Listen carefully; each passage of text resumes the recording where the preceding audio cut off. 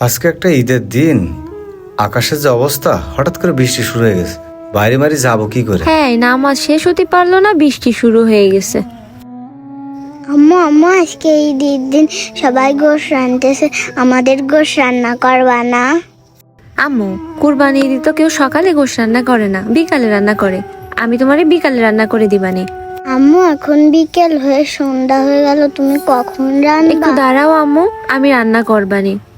এই, তোমারে তো বলিলাম একটু মাংসের ব্যবস্থা করতে, তা তুমি তো কিছু করলে না। একটু বাজারের দিকে যাই দেখো, ব্যবস্থা করতে পারো কিনা।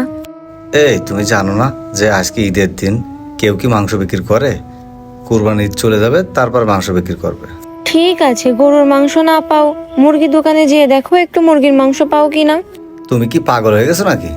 এলাকায় মোটামুটি লোকজন আমার চেনে। এখন যদি বাজারে যে ওই পোল্ট্রি মুরগি টুরগি কিনে আসি, তাহলে কি করবে না লোকজন?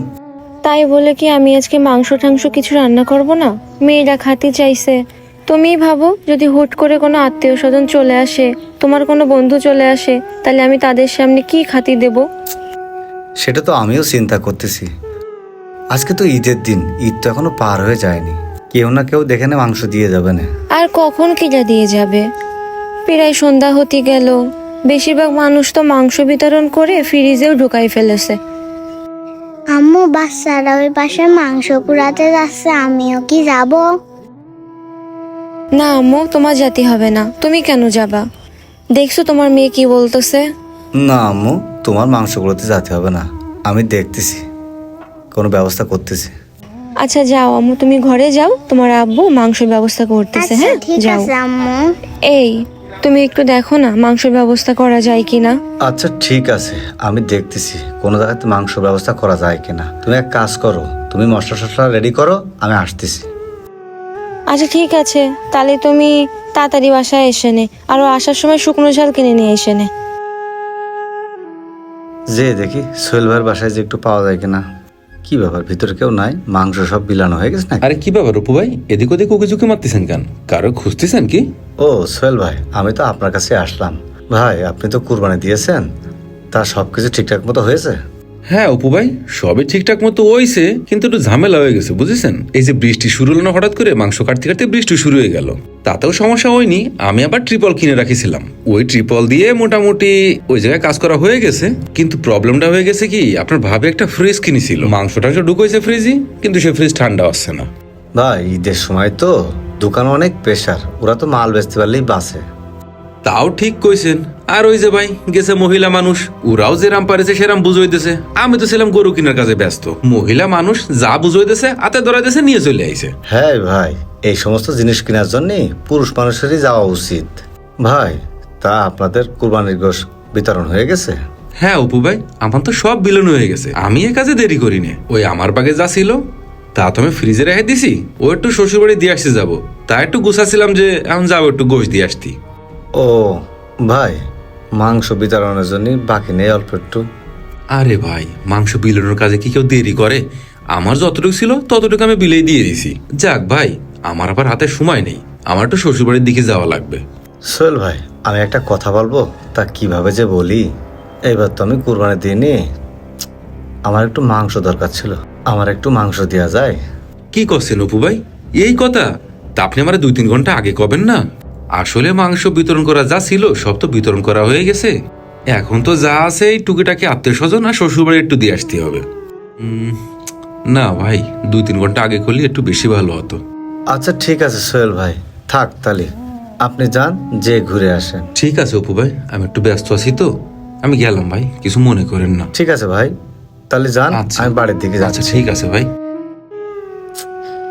কি করি? তোমার এতক্ষণে আসার সময় হলো, আমি সে কখন কুটে কেটে বসে রইছি।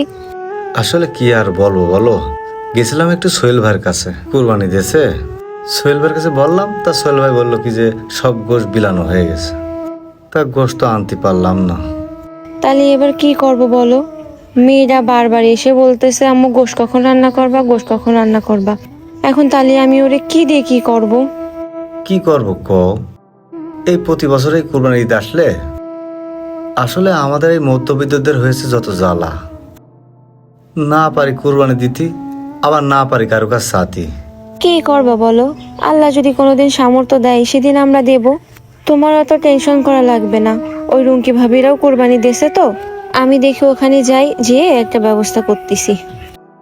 তুমি আবার আরেকজনের বাড়ি যাবা? যদি না দেয় তাহলে একটা লজ্জার ব্যাপার না? তোমার অত টেনশন করতে হবে না, আমি যাই দেখি কি দেখি করা যায়। আচ্ছা ঠিক আছে, তাহলে যে দেখো কি কয়। আচ্ছা ঠিক আছে, এই যে এখানে মশলাপাতিগুলো রাখা আছে, তুমি একটু দেখে নে, আমি তাহলে একটু ঘুরে আসি। আচ্ছা তাহলে যাও, আমি দেখতেছি। ঠিক আছে। এই তোমরা তাড়াতাড়ি কাজ করো, আত্মীয় স্বজন এক্ষুনি চলে আসবে, রান্না বান্না শেষ করো তাড়াতাড়ি। ও ভাবি, কি করতেছেন? গোশ রান্না করতেছেন? আরে ভাবি আর বললেন না, গরুর ভুঁড়ি পরিষ্কার করে আসলাম, এখন মাংস রান্না করতে দেবো, আমার আত্মীয় স্বজনরা আসবে। ও, তা ভাবি আপনাদের এবার গরুর মাংস মেলা হয়েছে? আরে ভাবি, আপনার ভাই কি গরু কিনতে পারে? যেটুকু মাংস হয়েছে তা আমাকে লস হয়ে গেছে। ভাবি, আপনার কাছে একটা দরকারে আসলাম, আমাদের কি 1 কেজি মাংস ধার দেওয়া যায়? আপনার ভাই পরে কিনে দিয়ে দেবে নে। ভাবি, এই কুরবানির মাংস কি ধার দেওয়া যায়? এখনো কত আত্মীয় স্বজন রয়েছে, কি ডা কমনি দিয়ে কি আসবে না, আর আপনার ভাই শুনলে রাগ করবে না। ভাবি, আজকে তো বাজারে মাংস কিনতে পাওয়া যাবে না, কালকে কিনতে পাওয়া যাবে নে, আজকে একটু দেন আমারে, আমি কালকেই কিনে পাঠাই দিবানে। না ভাবি, আপনার ভাই তো জানেন কি রকম লোক, আইসা আবার আমার বকাবকি করবে না, আপনি একটু দেখেন না অন্য কোথাও পান কিনা। আচ্ছা ভাবি ঠিক আছে, তাহলে আমি দেখি অন্য কোথাও পাই কিনা। মাংস হয়েছে ধার নিতে, ওরা কুরবানি দিতে পারে না, ওদের কি টাকার অভাব?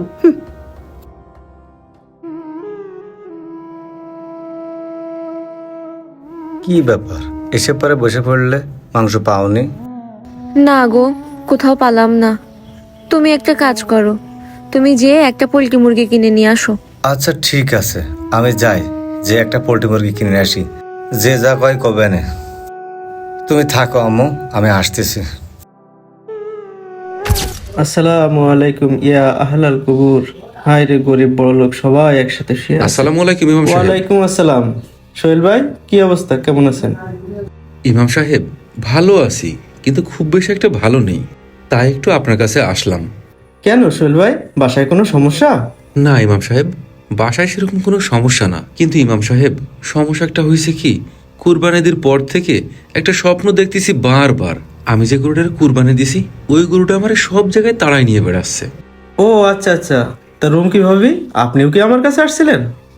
হ্যাঁ ইমাম সাহেব, আমিও ওই টাইপেরই স্বপ্ন দেখেছি, তবে আমি স্বপ্ন দেখতেছি কি আমি গরুর কাঁচা মাংস চাবাই চাবাই খাচ্ছি। কিন্তু ইমাম সাহেব, অবাক করা বিষয় কি জানেন, আমার যে গরুটা তাড়াই নিয়ে বেড়াচ্ছে ওই গরুটার দড়ি ধরে রেখে দিচ্ছে আমাদের ওই যে অপু ভাই আছে না, অপু ভাইয়ের একটা ছোট্ট একটা মেয়ে আছে, ওই মেয়েটা।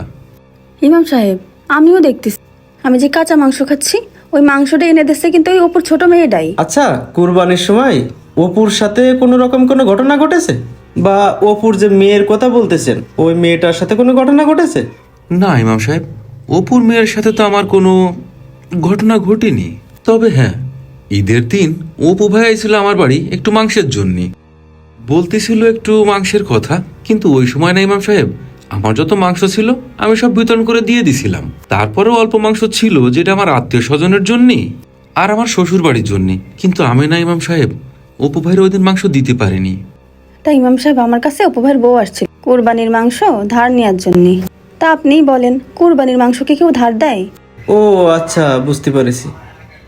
তবে আপনাদের দায়িত্ব ছিল কি জানেন, আপনারা যে কুরবানি দিছেন, যারা মুখ ফুটে মাংস চাইতে পারে না তাদের বাড়িতে যে পৌঁছে দেয়া। হয়তো অপু আসছিল বা অপুর বউ আসছিল, ওর মেয়েটা হয়তো মাংস খাওয়ার জন্য বায়না করেছে, কিন্তু আপনারা তো দেননি, যার কারণে মেয়েটা হয়তো অনেক কষ্ট পেয়েছে, যার কারণে এই স্বপ্নগুলো ঘন ঘন বারবার দেখতেছেন। ইমাম সাহেব, যারা ঈদের দিন মাংস নিতে আসে তাদের কাছে তো আমরা মাংস বিতরণ করে দিই, আসলে তো গ্রামে ওইভাবে কখনো কারোরে দেখে ঠেকে মাংস দেওয়া হয় না। আসলে সোহেল ভাই, আমাদের সমাজের যে প্রচলিত নিয়মটা আছে, বাড়িতে গেলে মাংস দেয়া, আমাদের এই নিয়মটাই আগে চেঞ্জ করতে হবে। অনেকেই আছে মুখ ফুটে চাওয়ার অভাবে কিন্তু মাংস পায় না, এইটা কিন্তু আসলে ঠিক না। নিয়ম করতে হবে লিস্ট ধরে ধরে, যারা কুরবানি দিচ্ছে না তাদের লিস্টগুলো তৈরি করার পর এই লিস্ট অনুযায়ী প্রত্যেকের বাড়িতে মাংসগুলো পৌঁছে দেয়া, তা না হলে আসলে সবাই এই মাংসগুলো সঠিকভাবে পায় না। হ্যাঁ ইমাম সাহেব, আপনি ঠিকই বলেছেন। ইমাম সাহেব, তাহলে আপনি একটা কাজ করেন, আপনি আগামী জুম্মার দিন মসজিদের সবার সাথে এটা নিয়ে একটু আলোচনা করেন, যেন আগামী কুরবানিতে একটু নিয়মটা পরিবর্তন করে সবার জন্য নাম রাখা হয়।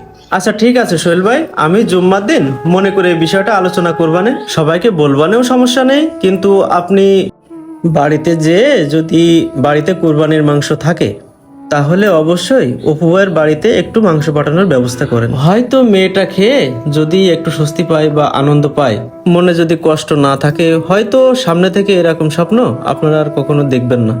আচ্ছা ঠিক আছে ইমাম সাহেব, আপনি যা বলেন আমরা তাই করতেছি। ইমাম সাহেব, তাহলে বিষয়টা আপনি কিন্তু মসজিদে উপস্থাপন করেন। আমরা তাহলে আসি। আসসালামু আলাইকুম রহমতুল্লাহ। ওয়ালাইকুম আসসালাম। হে আমার আল্লাহ, হে আমার রব, তুমি প্রত্যেকটা মানুষকে কুরবানির সঠিক যে শিক্ষাটা তৌফিক দান করো মাবুদ।